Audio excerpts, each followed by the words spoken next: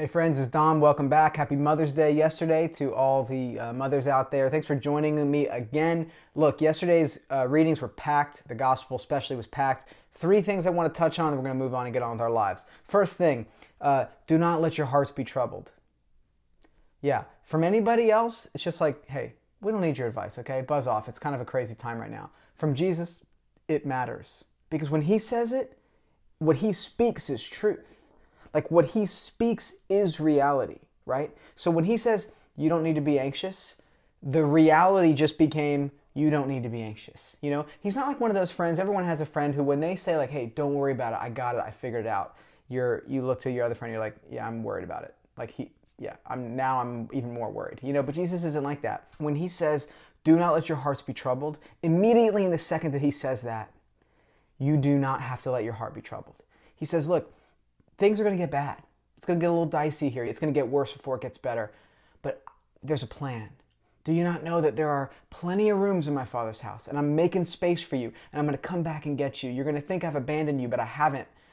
And it's like we're going to work this thing out. There's nothing that you're going to go through, nothing that happens that my Father can't bring good out of. That message, that encouragement was to speak to them at that time in what was about to be a really difficult season. And I think those same words apply to us today. I think Jesus wants to say those same things again to us today. Do not let your hearts be troubled. Yes, it's not going to be perfect, but you have a faith that supersedes that. You have a Savior that is bigger than your circumstances. You have a reason for hope that is bigger than any reason for despair. And so don't let your hearts be troubled. Let's take that to heart today.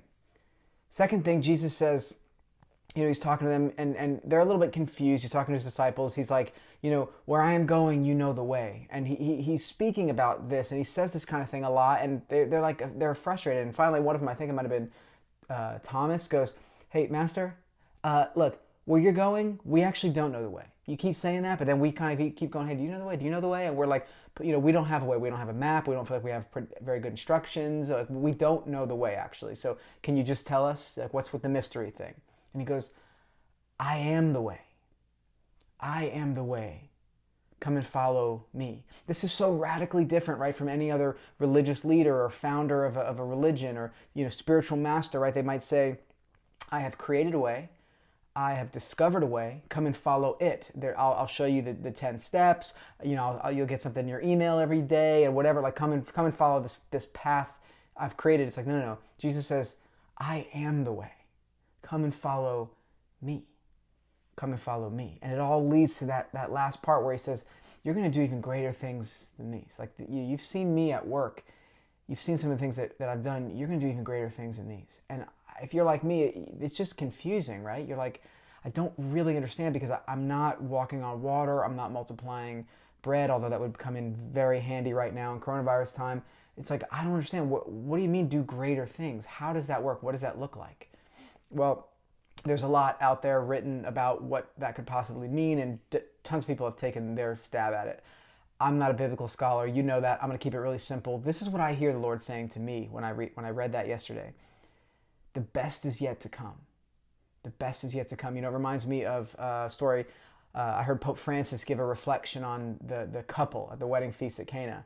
And, Jesus is at their wedding, and it's not really clear, like, how close these people are to Jesus and how close everyone at the wedding is to Jesus. Do they really know who he is? And then they run out of wine, and, Jesus does this thing and turns the water into wine, and they're all like, this is crazy. Like, well, normally people use the good wine first. And then when everyone gets a little bit turned, they switch to, like, the crappy wine. And he's going, like, you guys saved the best wine for last. The wine that Jesus made was so much better than the wine they were serving. And it didn't even have time to age. It was like 3 minutes old. And I don't know if the people were just cheapos and got bad wine, but the wine that Jesus made was so much better. And for me, the lesson in that and what Pope Francis said is that he was speaking about couples specifically. He said, for the couple that puts Christ in the center of their marriage, for the couple that invites Christ into their marriage, the best wines are yet to be tasted. And I think that's true, not just for couples, but for all of us. For anyone who invites Jesus into their life, for anyone who puts Jesus at the center and who follows and who believes and who trusts with reckless abandon and who believes that he is the way, the truth, and the life and just tries to follow him, he says the best is always yet to come.